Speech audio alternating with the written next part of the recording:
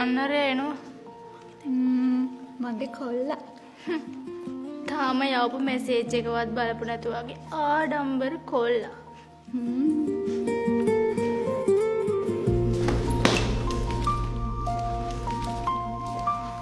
අනේ සෝරි.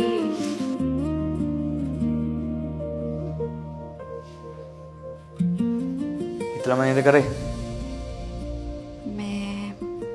නෑ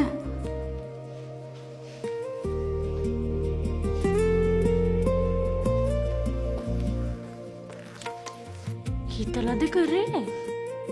ඔව් ඇයි? නිකන්